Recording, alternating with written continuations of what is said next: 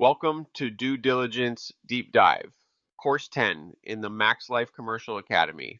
I'm Ryan Solberg, real estate broker with MaxLife Realty LLC, and in this course we're going to walk through the complete due diligence process for commercial real estate, from the moment you sign a letter of intent all the way to closing. Due diligence is where deals are made, saved, or killed. Get it right and you protect your capital. Skip steps and you could inherit someone else's nightmare. Let's get into it. Let's start with the framework because due diligence without structure is just anxiety. Due diligence is the investigation period, typically 30 to 90 days, during which you, the buyer, verify every material fact about a property before you release your contingencies and go hard on earnest money. The clock starts the moment both parties sign the letter of intent, so do not waste the first week. I want you to think of due diligence as resting on four pillars: legal, physical, environmental, and financial. Each one has a specialist assigned to it.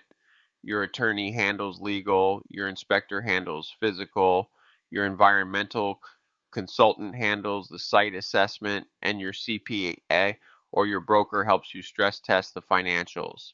The contingency period exists to protect you. If your findings are material, you can walk away without penalty and get your earnest money back. That protection only works if you actually do the work, which is why a written checklist is non-negotiable. Verbal assurances from a seller mean absolutely nothing at the closing table. Your goal here is simple: confirm every single assumption in your underwriting or renegotiate the deal to reflect what you found. Remember, due diligence is not a formality you rush through to satisfy a lender. It is your last line of defense before you own the problem. Legal due diligence is about answering one question: do you actually own what you think you are buying, and can you use it the way you intend to? Within the first week, order a title commitment from a licensed title company. When it comes back, do not just skim it. Read Schedule B, Section 2, line by line.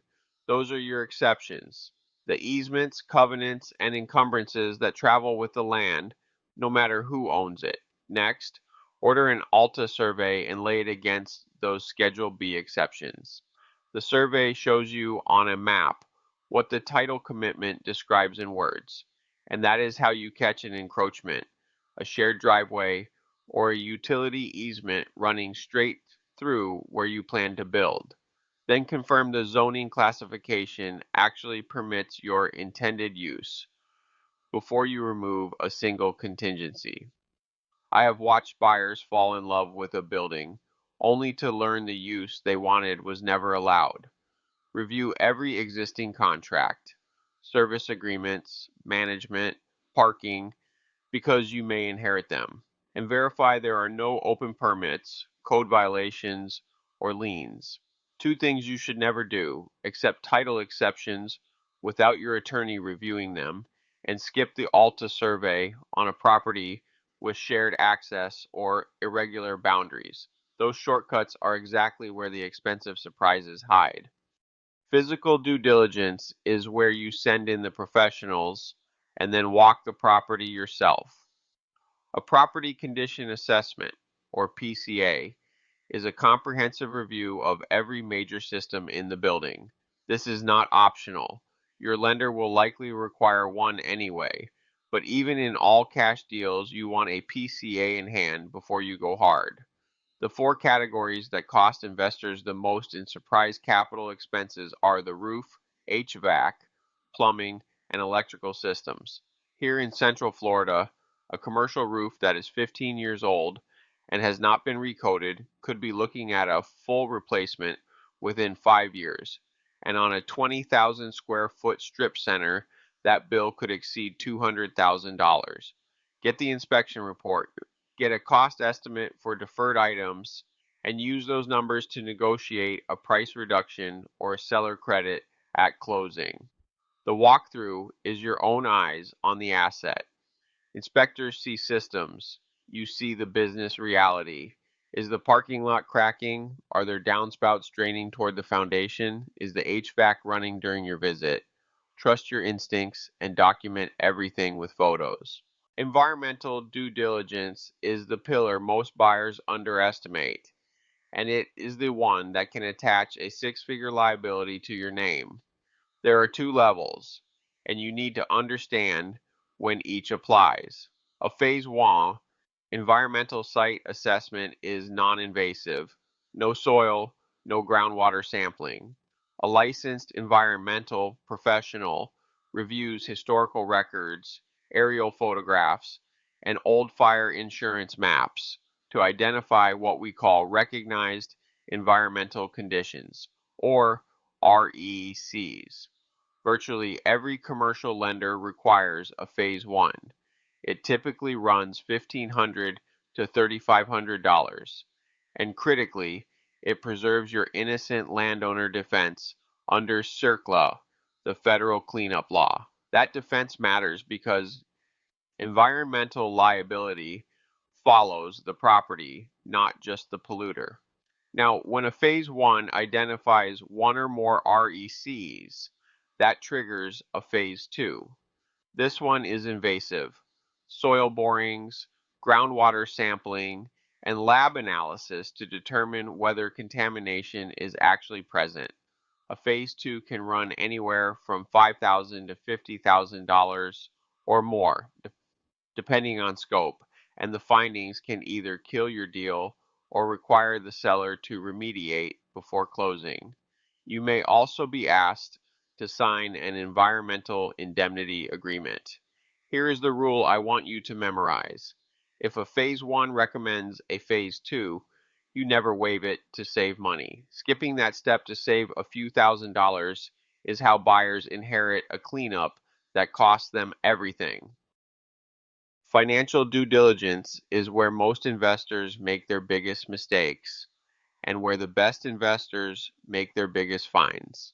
Every number the seller has given you in marketing materials is a representation, not a fact. Your job during DD is to verify every line item against source documents. Start with the trailing 12 operating statement and request backup for every income and expense item. Pull the actual lease documents and build your own rent roll from scratch. I have seen deals where the seller's rent roll showed 5 tenants current and paying, and when we pulled the actual lease files, 2 of those tenants had lease expirations within 60 days and had already told the property manager they were not renewing. That is a deal-changing discovery. Always run your numbers at today's lending environment, not the rate the seller underwrote to 3 years ago. If you are working with Ryan Solberg and the MaxLife Commercial team, we can walk you through a full financial model before you release your DD contingency. Give us a call at 321-586-2121. When you buy commercial real estate, you are not just buying a building, you are buying the income stream, and that income lives inside the leases. The rent roll is a story the seller tells you. The leases are the facts. Your job is to make the facts match the story. Start by obtaining fully executed copies of every lease, along with all amendments and addenda. Not a summary, the actual signed documents. From those, build a lease abstract for each tenant. Square footage, base rent, escalations, term, renewal options, and any tenant improvement obligations. Then verify it is real by requesting 12 months of bank deposit records to confirm tenants are actually paying. Check tenant credit too. Public company filings for the publicly traded names, Dun and Bradstreet for the private ones. Now look for the landmines hidden in the language. Co-tenancy clauses can slash rent if an anchor tenant goes dark. Exclusivity clauses can block you from leasing to certain uses, which limits your future flexibility. And confirm whether the seller still owes any tenant improvement allowances that become your obligation at closing. 2 mistakes will cost you: accepting the rent roll as accurate without reading every underlying lease and ignoring lease options. A tenant sitting on a below market option to renew is a hidden liability that can suppress your income for years. Read every word. The final stretch of due diligence is where discipline pays off. Going hard on your earnest money is a major decision. At that moment, you are telling the seller and the market that you are a committed buyer and your capital is at risk. Only reach that moment when you have resolved every material finding or negotiated appropriate relief. Here is something many buyers do not appreciate. Your findings during DD are your strongest negotiating leverage in the entire transaction. A seller who has accepted your offer is emotionally and logistically committed to selling. If your PCA reveals a $100,000 roof replacement, bring the report to the table and ask for a price reduction or a seller credit at closing. Most sellers will negotiate rather than relist and wait another 90 days. Lender due diligence runs on its own timeline. Your bank's appraiser and underwriter will review your Phase 1, your rent roll, and your PCA independently. Stay in close contact with your loan officer throughout DD, so lender requirements do not create a last-minute closing extension, and never skip the final walkthrough. Properties change between contract and closing. Confirm the condition is consistent with what you agreed to buy. You have just completed Due Diligence Deep Dive, Course 10 in the MaxLife Commercial Academy. You now have a framework for running a complete DD process on any commercial real estate acquisition. Remember, the purpose of due diligence is not to find a reason to kill a deal. It is to confirm that the deal you underwritten is the deal you are actually buying. When findings surface, use them strategically. Protect your capital, negotiate from facts, and never go hard until you are ready to own what you are buying. I'm Ryan Solberg, real estate broker with MaxLife Realty LLC, license number 33343. If you are evaluating a commercial property here in Central Florida and want a second set of eyes on your due diligence process, give us a call at 321-58-2121 or visit us at maxlifedevelopment.com/academy.